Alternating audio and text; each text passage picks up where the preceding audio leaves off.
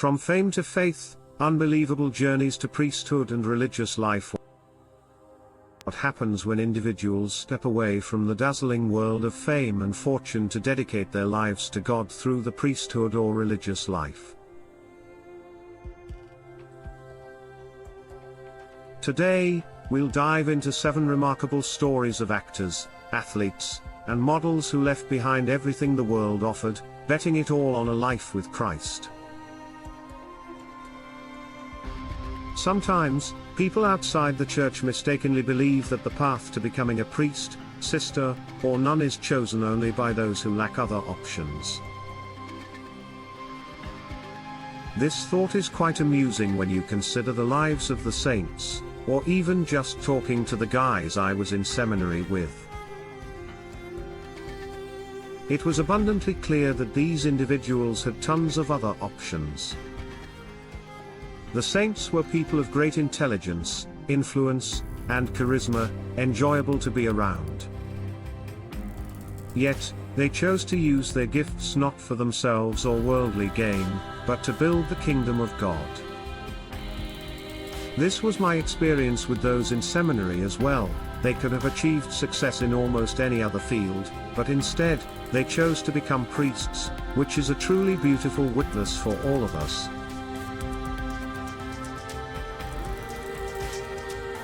Let's explore these inspiring stories. Plagal Overose, the model who became a nun. First up, we have Plagal Overose. I'm not sure if I'm pronouncing her name correctly, but she was a very successful model. Her life took a dramatic turn during a visit to Our Lady of Fatima. During that visit, she had a persistent vision of herself as a nun. She initially found the idea absurd, thinking, "This makes no sense, this is crazy." But the vision stuck with her, kept recurring, and she eventually had to take it seriously. She entered religious life, becoming a nun and dedicating her life entirely to prayer and God.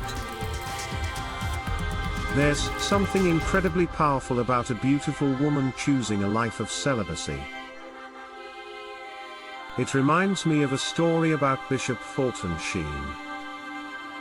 He was on a flight and told a beautiful flight attendant, "Hey, if you ever want to use your beauty for God, let me know." She didn't say much at the moment, but the thought lingered. She eventually sought out Bishop Sheen, telling him, "Okay, I'm in. I want to use my beauty for God." He then suggested she go to a leper colony, explaining that those suffering from disfigurement could find comfort in looking at her beautiful face. Being a sister is, at its heart, being a bride of Christ, so it makes sense that Jesus would choose a beautiful bride. After entering the convent, this former model confidently stated, "The Lord is never wrong. The Lord is never wrong." She was truly confident in her discernment. Dolores Hart, from Hollywood star to prioress. Next, we have Dolores Hart, a Hollywood actress you might have heard of. She gained fame starring in a movie with Elvis Presley, where she played his love interest. She was in many popular films and was a super popular actress. But at the height of her fame, at just 24, she visited an abbey and fell in love with the life of the sisters there. She felt a very strong calling to enter. Interestingly, her fiancé at the time was quite resistant, but he eventually came around. Dolores entered the convent and, starting from the bottom, actually ended up becoming the prioress, the leader of that community. God used her gifts for something far grander than her acting career could have been. A documentary about her life, released in 2011, was aptly titled "God is Bigger Than Elvis." Claire Crockett, the famous nun there's Claire Crockett, whose cause for canonization is currently open. She's a truly powerful, charismatic figure worth looking into. There's an amazing documentary about her life on YouTube called All or Nothing. She grew up wanting to be a famous actress and had some pretty wild teenage years, if I remember correctly, including partying. She had tons of opportunities, appearing on local television stations, and even received an invitation from Nickelodeon, which she declined. Her real transformation came during a retreat in Spain during Holy Week. If I recall correctly, she thought the trip was a party vacation, not a pilgrimage, and went with friends expecting to hang out and party. Instead, it became a profound spiritual experience where she truly encountered God as she kissed the cross on Good Friday, and her life was completely changed. At 18, she entered the convent. She had a great line about her discernment, having grown up wanting to be a famous actress, and then feeling called to be a nun. She said, "Okay, I guess I just have to be a famous nun." What's ironic, or perhaps providential, is that she did indeed become a very famous nun. While serving in Ecuador at 33, helping with school children, a horrible earthquake struck, tragically killing her. Even though she died young, the cause for her canonization has now been opened. She's a servant of God, I believe. We'll see if she eventually becomes a saint and how the church uses the witness of her life. Regardless, I highly recommend checking out the free, very well-made documentary about her life on YouTube. Father Chase Hilgenbrink, from professional soccer to priesthood. We also have Father Chase Hilgenbrink. You might recognize his name because he played professional soccer in Chile and then in New England for several years. But at the age of 26, what would typically be the prime of an athletic career, he left it all behind, feeling called to the seminary, and eventually became a priest. He is currently a priest here in the United States, and you might have encountered him at various Catholic events. He spoke at the Sikh conference last year, I believe. He's now a vocations director, which is wonderful. I can only imagine being a young man, considering different options, and hearing his testimony of how he left a lucrative and successful soccer career to pursue something higher in the priesthood.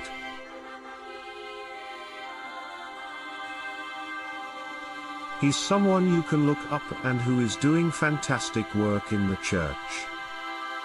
Saint Catherine Drexel, the wealthy philanthropist who became a saint. I also wanted to include a saint who lived not too long ago, Saint Catherine Drexel. She grew up in an incredibly wealthy family. In modern dollars, they gave away $1 million every year to the poor, just to charity. They even hired private investigators to find the families most in need of money. That's how much wealth they had to give away. As an adult, she received a $7 million inheritance, which, when converted to present-day inflation, is actually $200 million. But instead of living a lavish lifestyle, she used that money to assist Native American and African American populations in the country. Her life was one of incredible generosity and service, and she faced a lot of opposition. At one point, the Ku Klux Klan, annoyed by her work, sent a note to her convent threatening to tar and feather the sisters if they didn't stop. This must have been terrifying.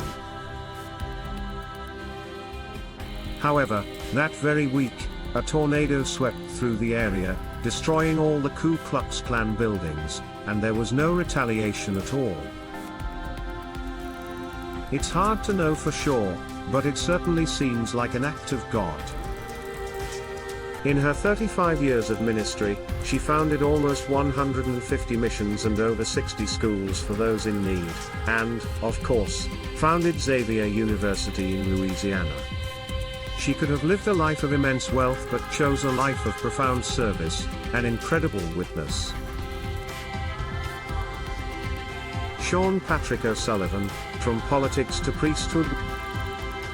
We then have a politician, Sean Patrick O'Sullivan. He was a Canadian politician who actually left politics to become a Catholic priest. At just 20 years old, he became the youngest member elected to the House of Commons in Canada at that time.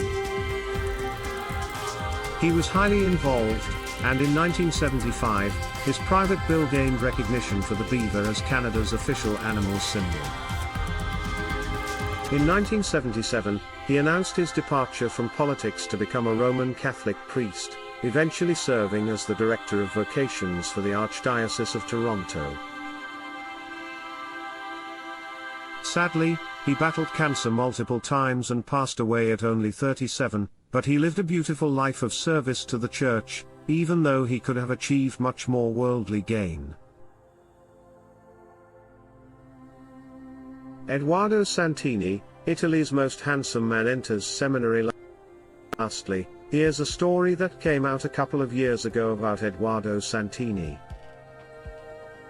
He isn't quite a priest yet, but his story is quite interesting.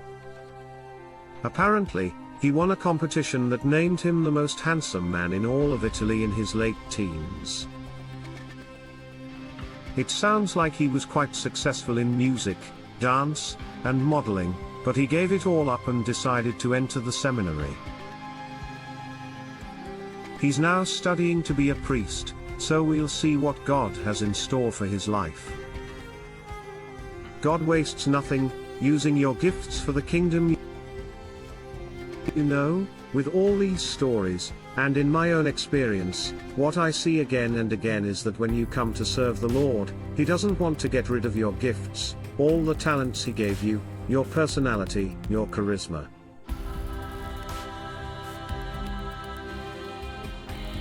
He doesn't want to take them away. Instead, He wants you to surrender them, but ultimately, He wants to use them for the kingdom. This may look very different than you anticipated, but one of my favorite lines is that God wastes nothing. If you have a gift, it's because He gave it to you, and He wants to use it in some way.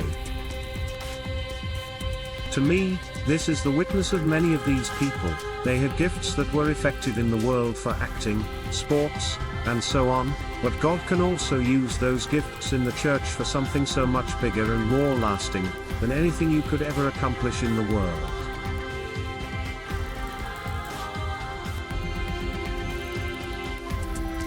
Whatever you build in the world will eventually pass away, but the treasures you store in heaven last forever.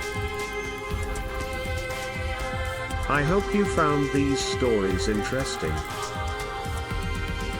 If there are other stories you can think of, let me know in the comments, and tell me what other videos you might like to see. We'll see you next time. God bless.